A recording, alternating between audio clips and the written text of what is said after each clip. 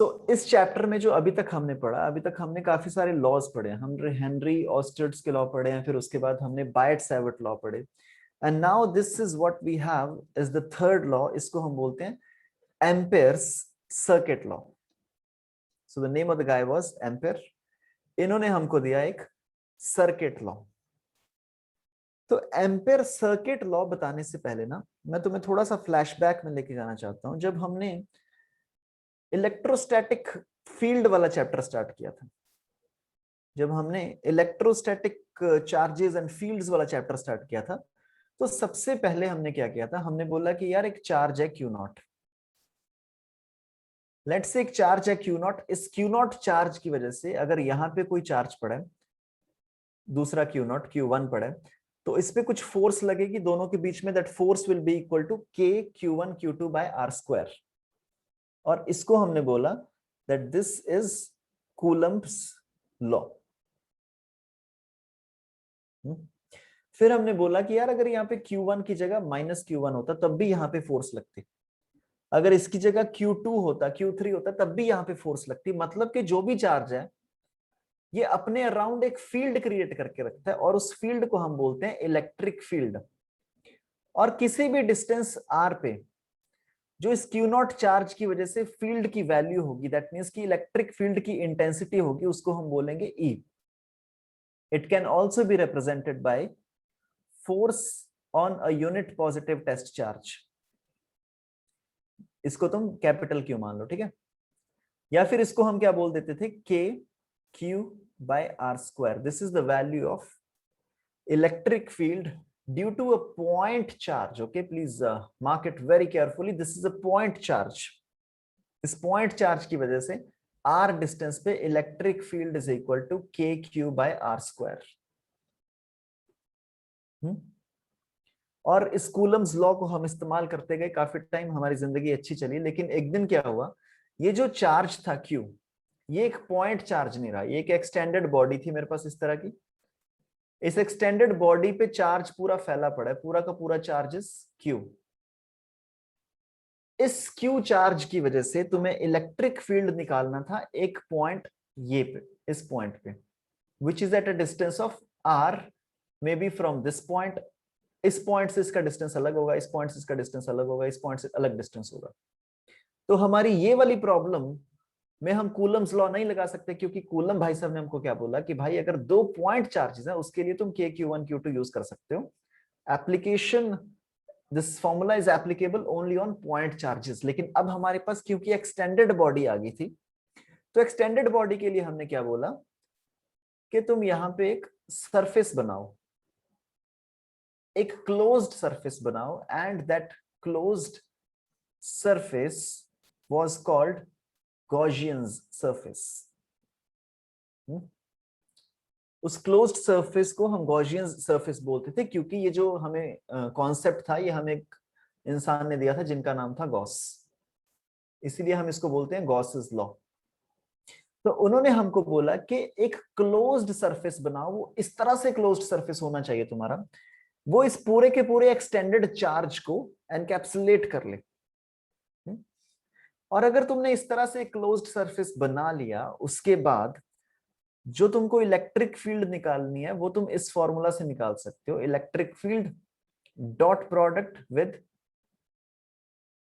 The surface, छोटा सा surface, will be equal to charge that is enclosed divided by epsilon naught. This is called as Gauss's law. और Gauss law हम कब use कर सकते हैं, जब ये जो हमारा गॉसियन सरफेस है, दिस इज प्रिटी सिमेट्रिक, है ना। गॉस जो हमारा सरफेस हम गॉस लॉ में लेंगे वो थोड़ा बहुत सिमेट्रिक होगा, तो it's good for us.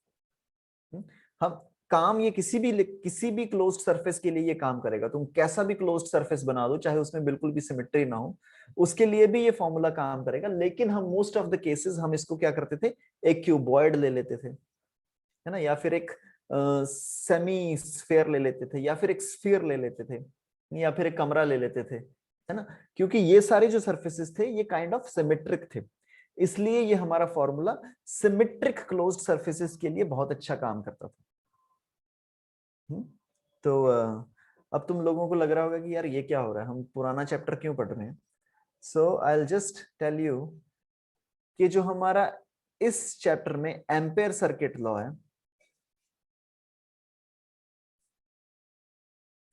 This Ampere circuit law is basically जो हमारा इलेक्ट्रोस्टैटिक्स में गॉस लॉ था।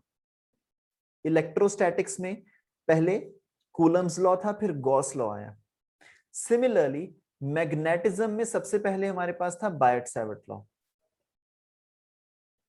बायट-सैवर्ट लॉ ने हमको बेसिक बता दिया कि भाई किस तरह से मैग्नेटिज्म काम करता है, कितनी वैल्यू होगी मैग्नेटिक फील्ड की for current carrying wire. Basics of magnetism was given by Biot Savart and now जो गॉस लॉ था उसके corresponding we have something called as Ampere circuit law. Gauss law के कॉरेस्पॉन्डिंग मैग्नेटिज्म में what we have is Ampere circuit law, and this is another way, it's an alternate method to find magnetic field due to a current carrying wire, or you can say a system of current carrying wires. It's an alternate method to calculate magnetic field due to a set of current carrying wires.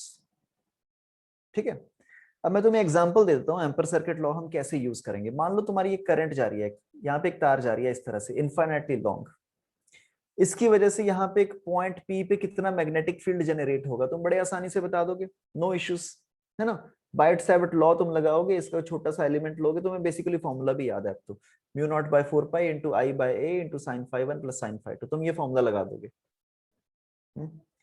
अब मान लो मैं इसमें एक wire add कर दूं, मैं बोलूं एक और वायर लो जी, तुम बोलोगे तो क्या प्रॉब्लम है, यहां से एक और परपेंडिकुलर ड्रॉप कर देंगे, है ना, दोनों के मैग्नेटिक फील्ड को हम ऐड कर देंगे, फिर भी हम बायट-सैवर्ट लॉ लगा देंगे। मान लो मैं तुम्हें बोल दूं कि यहाँ पे एक एक्सटेंडेड बॉडी है, मान लो एक सिलेंडर है, एक पूरा सॉलिड सिलेंडर है, इस तरह से जा रहा है, इस पूरे सिलेंडर में से करंट दौड़ रहा है, मतलब कि सिलेंडर के ये वाली वायर में से भी करंट जा रहा है, ये वाली वायर में से भी करंट जा रहा है, सिलेंडर के बीच में से भी करंट जा रहा है, यहां से भी करंट जा रहा है, यहां से भी करंट जा रहा है, हर जगह से सिलेंडर की हर वायर में से करंट जा रहा है। मतलब तुम अगर सिलेंडर के टॉप व्यू को देखोगे, यहां से अगर तुम सिलेंडर को देखोगे ना, सिलेंडर के ऊपर जाके, तो तुम्हें देखेगा कि भाई हर जगह से करंट ही करंट आ रहा है इसके अंदर में से। So you will see all these different wires जहां से करंट निकले जा रहा है बाहर, इसके ऊपर से जाके देखोगे।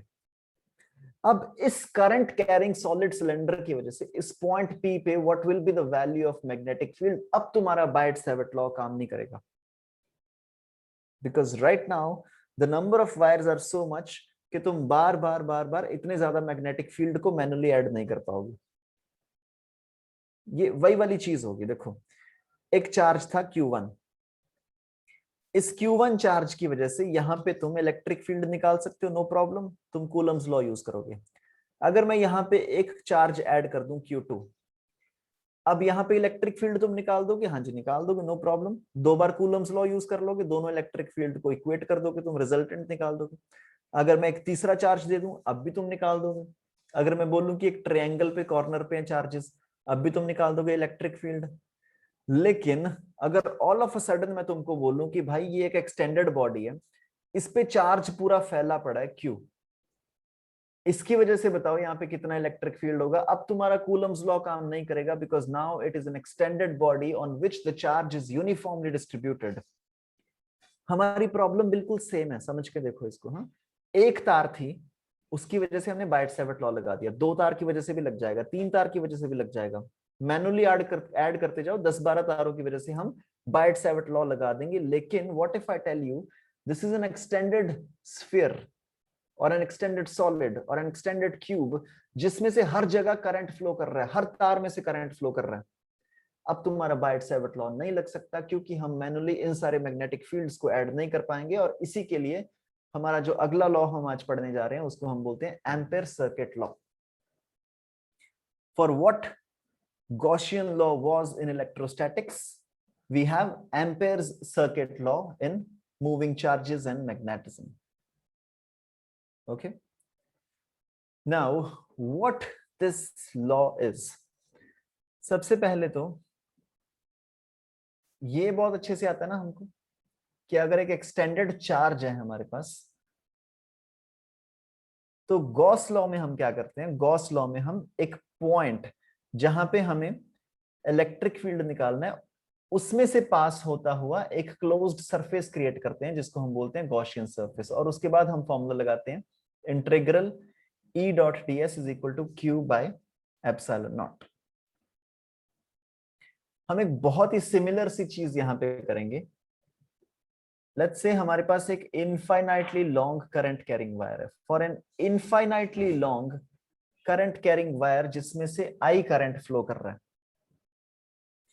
अगर यहां से at a certain distance r point पे, इस P पॉइंट पे अगर मैं तुम्हें मैग्नेटिक फील्ड निकालने को बोलूं, this is N infinitely long wire, तो यहां पे अगर हमें मैग्नेटिक फील्ड निकालने को बोल दिया जाए तो हम फॉर्मूला लगा देंगे Biot Savart law, B is equal to mu naught by 4 pi into I upon, so this is radius, so into I upon R multiplied by sine of phi 1 plus sine of phi 2, which is equal to sine of 90 degrees plus sine of 90 degrees, which is equal to 1 plus 1, which is equal to 2. तो तुम्हारा final answer आ जाएगा mu naught I by 2 pi R। ठीक है, ये तो हमने कर दिया बिना कोई फॉर्मूला यूज किए, मतलब कि हमने नॉर्मल बायट-सैवर्ट लॉ को यूज करके इसको कर दिया। अब हम समझते हैं what is Ampere's circuit law. So ampere circuit law में हमें क्या करना पड़ेगा? गॉस लॉ में हमने क्या किया था? जो पॉइंट पे हमें इलेक्ट्रिक फील्ड निकालना था, उस पॉइंट में से पास होता हुआ यू टेक क्लोज्ड सरफेस। जिस पॉइंट में से इलेक्ट्रिक फील्ड निकालना था वहां से पास होता हुआ यू टेक क्लोज्ड सरफेस। इस केस में जहां पे तुम्हें मैग्नेटिक फील्ड निकालना है, उस पॉइंट से पास होता हुआ you take a closed loop. This time you don't take a closed surface, you take a closed loop. So the first important point is, जिस पॉइंट पे तुमको मैग्नेटिक फील्ड निकालना है उसमें से पास होता हुआ you take a closed loop.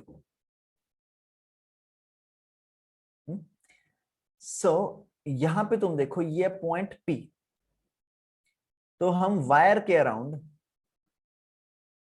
इस तरह से क्लोज्ड लूप ले लेंगे। सो दिस इज जस्ट लाइक, अगर ये है मेरी, ठीक है, this is a current carrying wire, यहां पे निकालना है मेरे को P पॉइंट पे, तो इसके अराउंड हम एक क्लोज्ड लूप ले लेंगे, बिल्कुल सर्कल वाला, क्योंकि ये सिमेट्रिक भी है। और क्लोज्ड लूप इस तरह से हमें लेना है कि वो काफी सिमेट्रिक हो। सो यही जो हमारा पूरा का पूरा ये जो हमने कॉन्सेप्ट बना लिया, इसको अगर तुम टॉप व्यू से देखोगे, ठीक है, ये जो हमने डायग्राम बनाई है ना, इसके बिल्कुल अगर तुम ऊपर जाके देखोगे तो तुम्हें क्या दिखेगा? You will see a circle like this,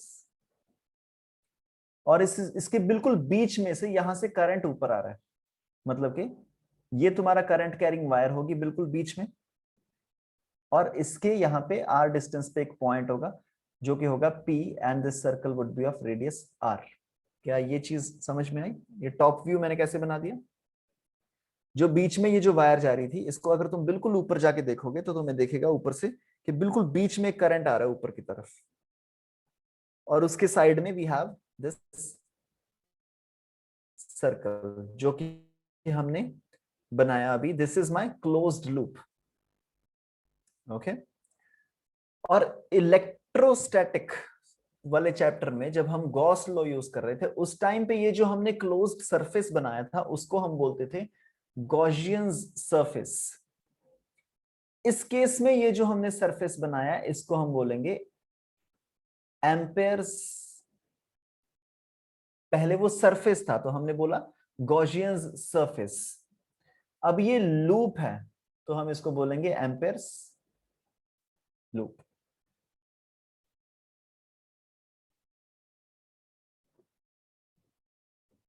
okay, making sense? तो इसको हम बोलेंगे एम्पेयर्स लूप। उसके बाद हम फॉर्मूला यूज करेंगे। गॉस लॉ में हमने फॉर्मूला क्या यूज किया था? Integral of D S, E D S, closed integral of E dot d S. यहां पे हमें इलेक्ट्रिक फील्ड तो निकालना नहीं है, यहां पे हम निकालना है मैग्नेटिक फील्ड। तो हम यूज करेंगे बी डॉट डी एल। वहां हमने बोला था E dot d S is equal to Q by epsilon naught. तो यहां पे हम बोलेंगे B dot d L is equal to current which is inside the loop. वहां पे याद है हम सिर्फ वो वाला चार्ज लेते थे विच is inside the Gaussian surface. यहां पे हम सिर्फ वो वाला करंट लेंगे विच is inside the Ampere's loop multiplied by mu not. This is basically your ampere circuit law.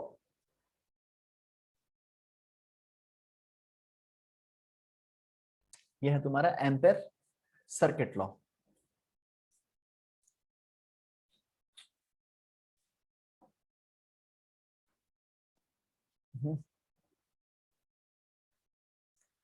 तो अब इस एम्पेयर सर्किट लॉ को यूज करके देखो, पहले हमने इस पी पॉइंट पे मैग्नेटिक फील्ड निकाला था and the value came out to be mu naught I by 2 pi are.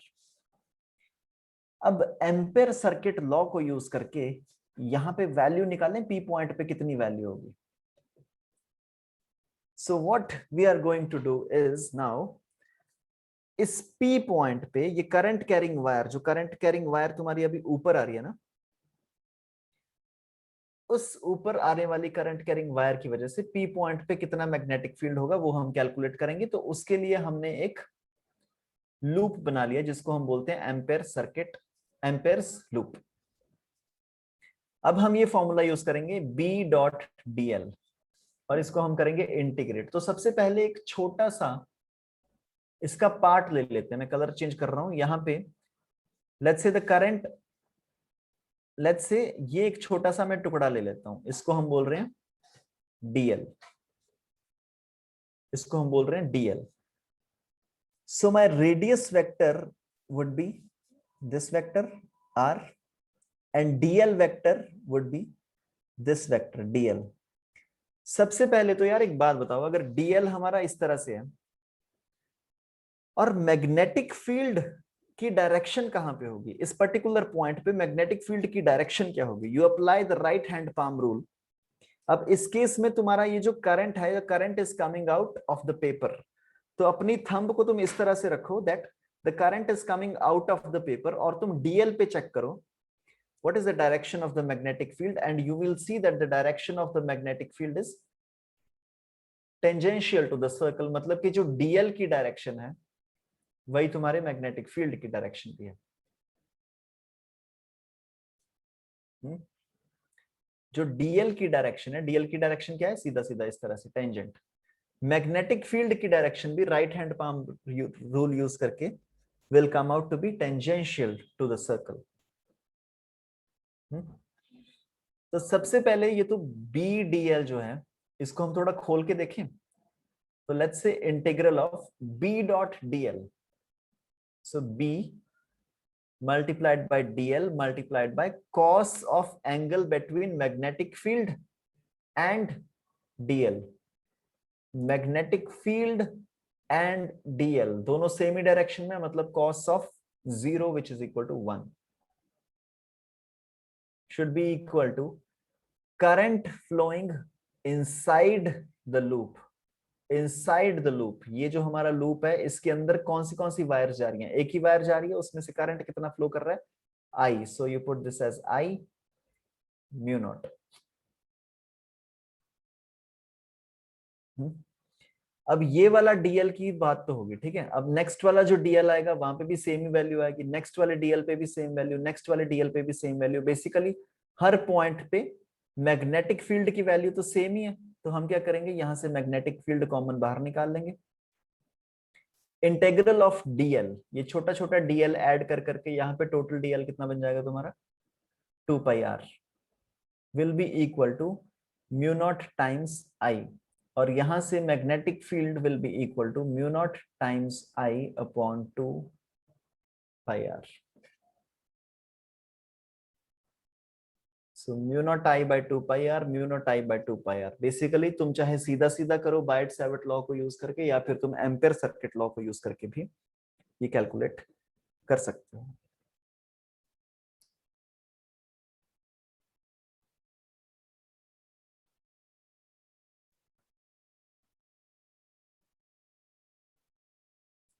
Please take a few minutes, इसको नोट डाउन कर लो, फिर हम कुछ और देखते हैं इसमें हम.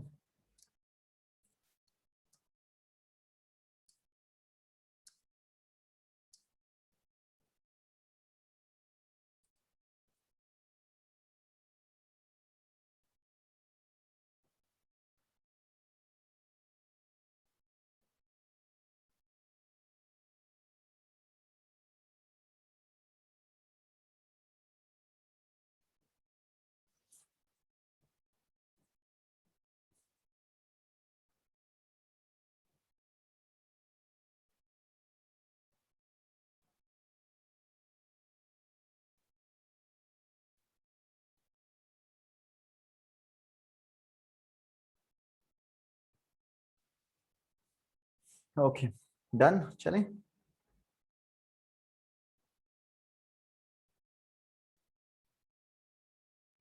Yes.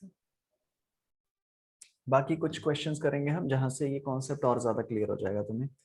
So the next thing, अब सबसे पहले यहाँ पे तो एक्चुअली जैसे हमने गॉस लॉ में किया था ना, कि एक पॉइंट चार्ज है Q, इस पॉइंट चार्ज की वजह से यहाँ पे r डिस्टेंस पे कितना इलेक्ट्रिक फील्ड होगा वो हम इजीली निकाल सकते हैं कूलम्स लॉ की वजह से, कूलम्स लॉ यूज करके. लेकिन पहले हमने क्या किया, कूलम्स लॉ यूज करके तो निकाल ही लिया KQ/r². फिर हमने क्या किया, गॉस लॉ यूज करके भी निकाल के देखा. यहाँ पे गॉस लॉ बनाया, पूरा गॉसियन सरफेस क्रिएट किया जिसका सरफेस था 4πr². उससे भी हमने वेरीफाई करके देखा अपना आंसर सेम आ रहा है कि नहीं. सिमिलरली हमने पिछली वाली स्लाइड में बेसिकली किया क्या है, पिछली वाली स्लाइड में हमने क्या किया, नॉर्मली हम इस वायर का निकाल सकते थे बायट-सैवर्ट लॉ यूज करके मैग्नेटिक फील्ड पी पॉइंट पे, लेकिन हमने एम्पेयर सर्किट लॉ को यूज करके वेरीफाई करके देखा अपना आंसर कि यार सच में मतलब सेम ही आ रहा है. Mu naught I by 2πr आ रहा था, अब भी mu naught I by 2πr ही आ रहा है. ठीक है, तो अब हम क्या करेंगे, हम ऐसे क्वेश्चंस करेंगे, थोड़े से कॉम्प्लिकेटेड क्वेश्चंस करेंगे जो हमारे बायट-सैवर्ट लॉ से हो नहीं सकते. So basically the next question that we are going to do is we will calculate magnetic field due to a current carrying solid रहने दो, current carrying hollow cylinder, due to a current carrying hollow cylinder. Basically what the question is, एक तुम्हारे पास hollow cylinder है, this is infinitely long. ठीक है, यहां पे लिख लेना, due to current carrying infinitely long hollow cylinder. So ये पूरा infinitely long है और इसमें से करंट फ्लो कर रहा है. तो अब क्योंकि ये हॉलो सिलेंडर है तो इसमें से करंट फ्लो करेगा इसकी सारी एंड्स पे, यहां पे फ्लो करेगा, यहां पे फ्लो करेगा. मतलब कि अगर मुझे तुम्हें एक हॉलो सिलेंडर दिखाना है, so you know it's something like this, hollow cylinder is something like this. ठीक है, तो ये इस तरह से सिलेंडर हमने रखा हुआ है, ये हॉलो है, तो इसके हर पॉइंट से करंट ऊपर फ्लो कर रहा है. तो मतलब अगर मैं इसका टॉप व्यू देखूंगा यहां से, अगर हम इसका टॉप व्यू देखेंगे तो हमें क्या दिखेगा, यहां से भी करंट आ रहा है, यहां से भी करंट आ रहा है, यहां से भी करंट आ रहा है, यहां से भी करंट आ रहा है, यहां से भी करंट आ रहा है. तो हर पॉइंट से करंट फ्लो कर रहा है ऊपर वाली डायरेक्शन में, है ना. ऐसे पॉइंट करंट ऊपर आता जा रहा है क्योंकि ये हॉलो है। अगर ये सॉलिड होता तो यहां से भी करंट आता, यहां से भी करंट आता, यहां से भी करंट आता, फिर ये पूरी डिस्क की तरह हमें ऊपर से करंट आता दिखता। अब क्योंकि ये हॉलो करंट कैरिंग सिलेंडर है, तो अगर मैं इसको ऊपर जाके देखूंगा तो ऊपर जाके मुझे क्या दिखेगा, ऊपर जाके मैं अगर देखूंगा इसको तो मुझे दिखेगा यहां से करंट आ रहा है ऊपर, यहां से करंट आ रहा है, यहां से करंट आ रहा है, यहां से करंट आ रहा है, यहां से करंट आ रहा है, यहां से भी करंट आ रहा है, दिस हर जगह से करंट आ रहा है। क्योंकि ये जो पूरा का पूरा इसका सर्कुलर ये एरिया है, हर पॉइंट से करंट ऊपर फ्लो कर रहा है। अगर ये सॉलिड स्फीयर होता, करंट कैरिंग सॉलिड स्फीयर, तो यहां पे भी करंट फ्लो करता। फिर हम अगर इसको ऊपर जाके देखते तो हमें दिखता है यहां से भी करंट आ रहा है, यहां से भी करंट आ रहा है, यहां से भी, यहां से भी, यहां से भी, यहां से भी, यहां, यहां, यहां, यहां। अगर ये सॉलिड करंट कैरिंग सिलेंडर होता तो हर जगह से हमें करंट आता दिखता। लेकिन क्योंकि ये हॉलो है तो हमें सिर्फ यहां यहां से दिख रहा है, एजेस जो हैं वहां से करंट फ्लो कर रहा है, ऊपर आ रहा है। ठीक है जी, मेकिंग सेंस सो फार। अब इस हॉलो करंट कैरिंग सिलेंडर की वजह से हमें निकालना है magnetic field at a point, let's say it is at a distance of r, it is at a distance of r from the center of the cylinder, from the axis of the cylinder। Axis of the cylinder से यहां पे r distance दूर एक point है p।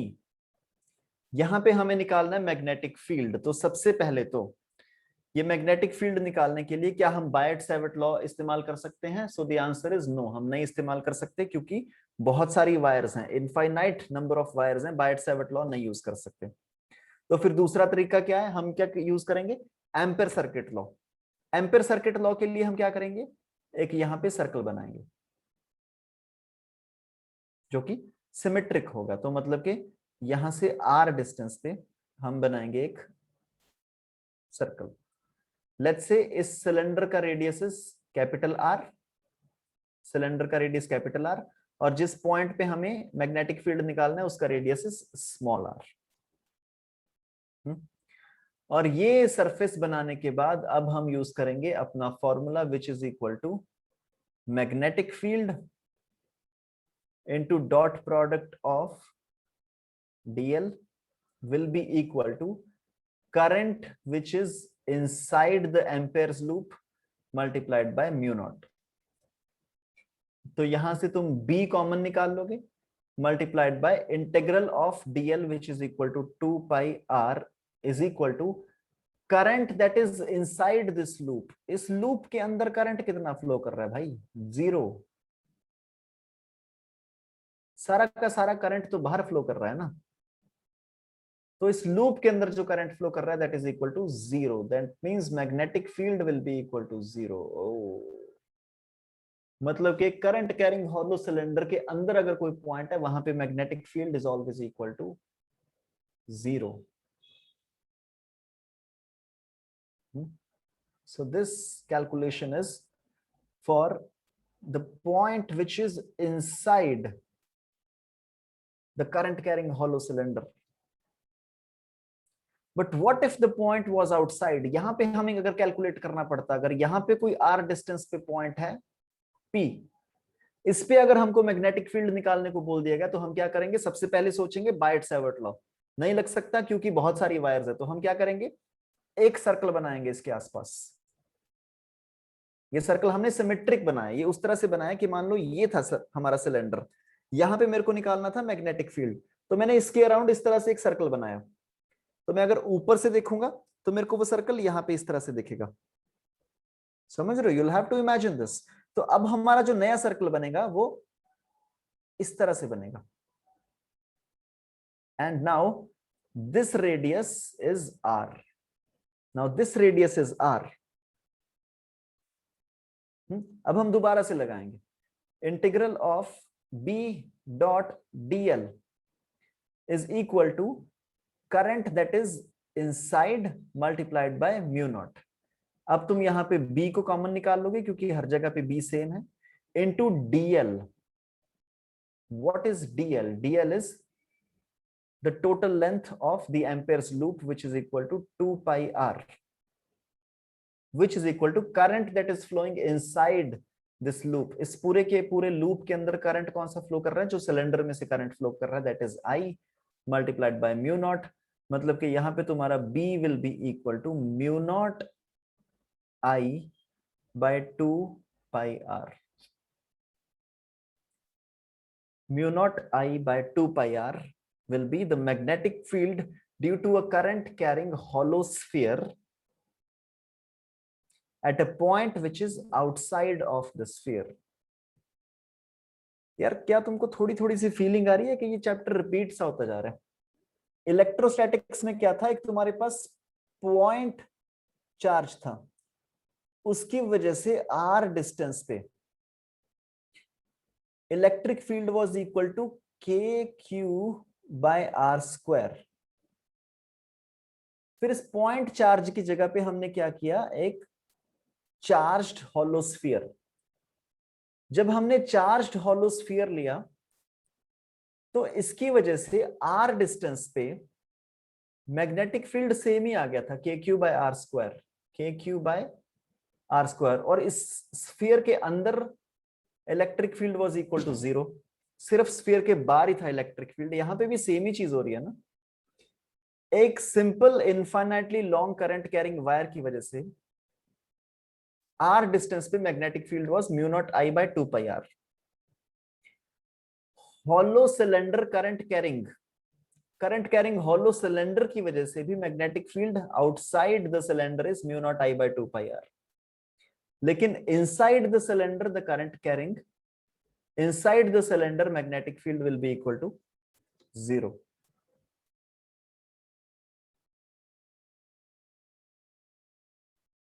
ठीक है ना, समझ में आ रहा है?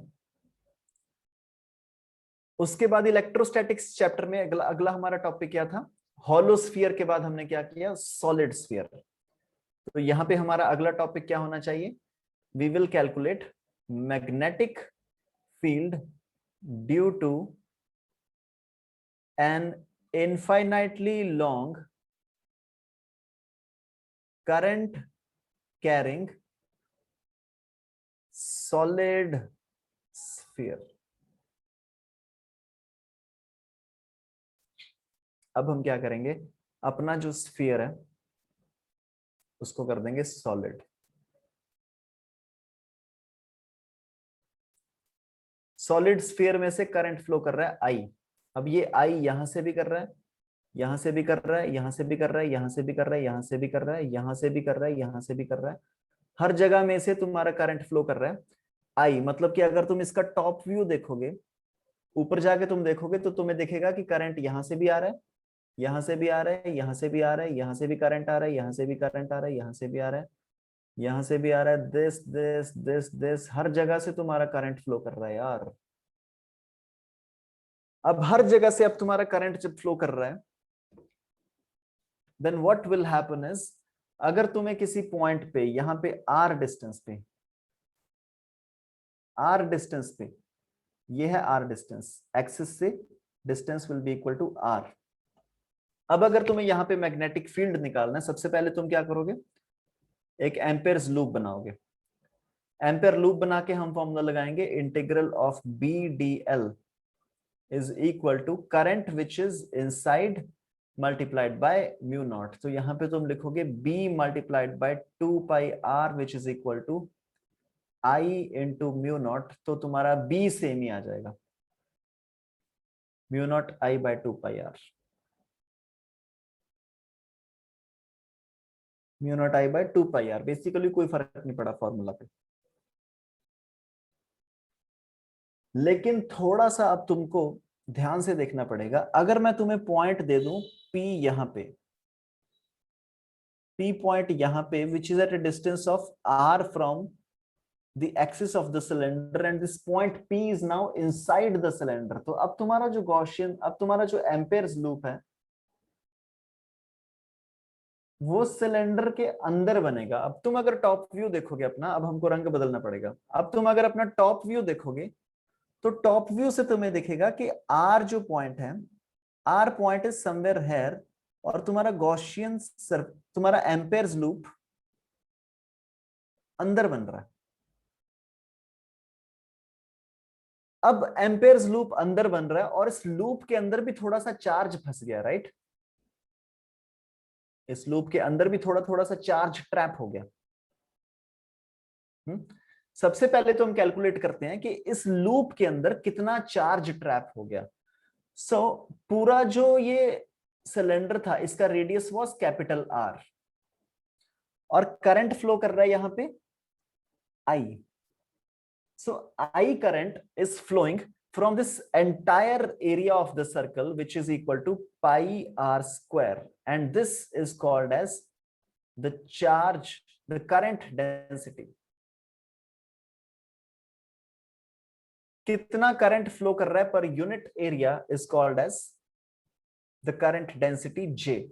इसको हम J से रिप्रेजेंट करते हैं. J is a symbol for current density. So current density is equal to current flowing upon कितने एरिया में से करंट फ्लो कर रहा है. तो हमारा अगर सर्कल थोड़ा सा छोटा है, हमारा सर्कल कितना है पाई आर स्क्वायर एरिया का, तो इसमें से जो करंट फ्लो करेगा the current flowing would be equal to density into area, which is equal to I upon pi r square into pi small r square. That is also equal to I upon r square into r square. So this is the current that will be trapped inside this small amperes loop. Please give me a thumbs up. समझ में आ रहा होगा? थोड़ा relatable होगा, ये Gauss law से है ना. गॉस लॉ में भी हमने ऐसा कुछ किया था ना, उसमें हमने एक स्फीयर बनाया था, फिर स्फीयर के अंदर देखा था कितना चार्ज फंस गया था, तो उसमें हमने बोला Q upon 4/3 pi r cube into 4/3 pi r cube. वहां पे तुम्हें कुछ कुछ याद आ रहा होगा ना. Let's say Q upon 4/3 pi r cube, ये तो था टोटल चार्ज डेंसिटी, है ना, कि पूरे स्फीयर के ऊपर कितना चार्ज तुम्हारा फंस गया. और उसमें से अगर तुमने एक छोटा स्फीयर काट लिया उसके अंदर से, तो उसमें से कितना चार्ज फंसा होगा वहां पे, multiplied by 4/3 pi r cube. यहां पे सेम चीज हो रही है 2D में. ये 3D में हो रहा था सब सामान, यहाँ पे सेम चीज हो रही है 2D में. यहाँ पे तुम्हारा चार्ज डेंसिटी क्या आ जाएगी, I upon pi r square. और इसमें से कितना चार्ज हमारे वाले एम्पेयर लूप ने, ये रहा हमारा एम्पेयर लूप, इसने कितना चार्ज फंसा लिया अपने अंदर, पाई छोटा आर स्क्वायर. मतलब कि हमारे पास कितना करंट फंस गया, pi upon r square into r square. अब एक नए पेज पे चलते हैं, अच्छे से बनाएंगे इसको. So let's say we have this complete solid sphere. ठीक है, अब तुम इमेजिन कर लो ये इनफाइनाइटली लॉन्ग है. ठीक है, मैं वो सब बना नहीं रहा. इसमें से ऊपर करंट फ्लो कर रहा है, हर जगह से करंट फ्लो कर रहा है, हर पॉइंट पे करंट फ्लो कर रहा है. मतलब कि अगर मैं ऊपर से इसको जाके देखूंगा, ठीक है, ये रहा अपना, ठीक है, ये इसको तुम सॉलिड मान के देखो, ये पूरा सॉलिड है, हर जगह से करंट फ्लो कर रहा है. तो मैं इसको ऊपर से देखूंगा तो मुझे ऐसा लगेगा ना कि हर जगह से करंट आ रहा है. मतलब सिर्फ ये सरफेस से नहीं दिखेगा मेरे को, क्योंकि अब ये सॉलिड स्फीयर, सॉलिड सिलेंडर बन चुका है. तो मेरे को दिखेगा कि हर पॉइंट से, यहां से भी करंट निकल निकल के आ रहा है. तो मतलब कि अगर मैं इसका टॉप व्यू देखूंगा तो मुझे दिखेगा यहाँ से भी करंट आ रहा है, यहाँ से भी करंट आ रहा है, यहाँ से भी आ रहा है, यहाँ यहाँ यहाँ यहाँ यहाँ. एंड ऑल्सो दी एजेस, यहाँ से भी करंट आ रहा है, यहाँ से भी करंट आ रहा है, यहाँ से भी करंट आ रहा है, यहाँ से भी करंट आ रहा है. हर पॉइंट से करंट आ रहा है बेसिकली. और हमारा जो पॉइंट है वो, अब पॉइंट हमारा कहां पे है, अंदर फंस गया, छोटा आर. दिस वाज बड़ा आर, सिलेंडर का रेडियस. अब अपने पॉइंट के लिए हम एक बार दोबारा से रंग बदलेंगे. हमारा ये जो एम्पेयर्स लूप है वो यहां पे आ गया अंदर, और इसके अंदर हमने कितना चार्ज फंसा लिया, राइट. अब यहां पे किसी भी पॉइंट पे अगर हमें मैग्नेटिक फील्ड कैलकुलेट करनी है तो हम अपना फॉर्मूला इस्तेमाल करेंगे, B dot dl will be equal to current that is inside the amperes loop. अब हमारा ये जो इनसाइड हम बार बार लिख रहे हैं, इनसाइड इनसाइड, अब ये काम आएगा current that is inside the amperes loop multiplied by mu naught. B को तुम कॉमन निकाल लोगे, multiplied by 2 पाई छोटा r will be equal to I r square upon r square multiplied by mu not.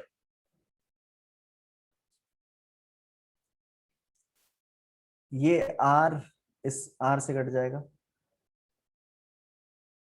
and what we are left with is B is equal to mu naught I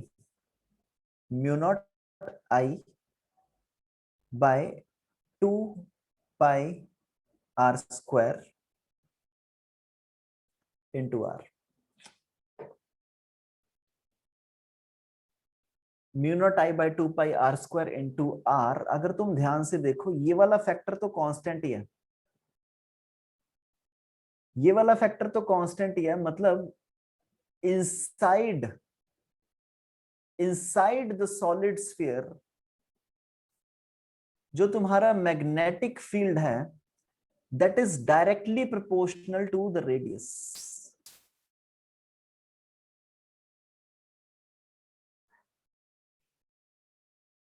Inside the solid sphere, magnetic field is directly proportional to the radius. And outside the solid sphere, magnetic field is inversely proportional to the radius.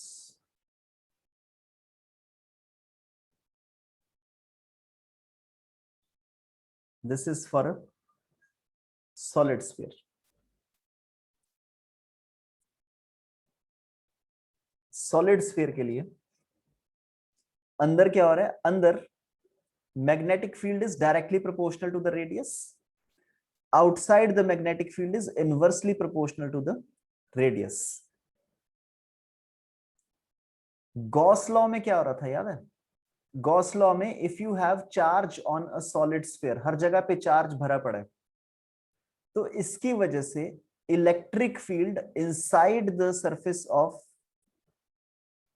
the sphere is like this, directly proportional to the radius, and outside it is inversely proportional to the radius square। यहां पे भी कुछ similar सा हो रहा है हमारा, है ना। सॉलिड सिलेंडर है, solid cylinder carrying current, inside magnetic field is directly proportional, outside inversely proportional. और हॉलोस्फीयर के लिए क्या हो रहा था याद है, हॉलोस्फीयर का ग्राफ हमने बनाया नहीं। हॉलोस्फीयर के लिए जब चार्ज हमारा इस तरह से डिस्ट्रीब्यूटेड था, चार्ज जब इस तरह से डिस्ट्रीब्यूटेड था, then inside the sphere electric field was zero. Inside the sphere electric field is zero because there is no charge inside. अगर यहां पे मैं गॉसियन सरफेस बनाऊं, इसके अंदर कोई चार्ज नहीं फंसा, तो यहां पे इलेक्ट्रिक फील्ड इज जीरो और यहां पे electric field is inversely proportional to r square. Basically तुम्हारा इस तरह से ग्राफ बनता है। हम अपने हॉलो सिलेंडर के लिए देख लें, ये रहा हमारा hollow cylinder. Inside magnetic field is zero, outside magnetic field is proportional to 1/r। तो अगर हमें इसका ग्राफ बनाना पड़ गया, so this graph will B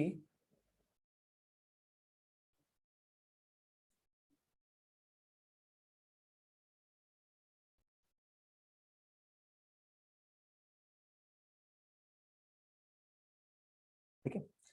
पहले तो zero inside the sphere, this is for hollow now. Inside the sphere, magnetic field is equal to 0. Outside the sphere, magnetic field is proportional to 1/r.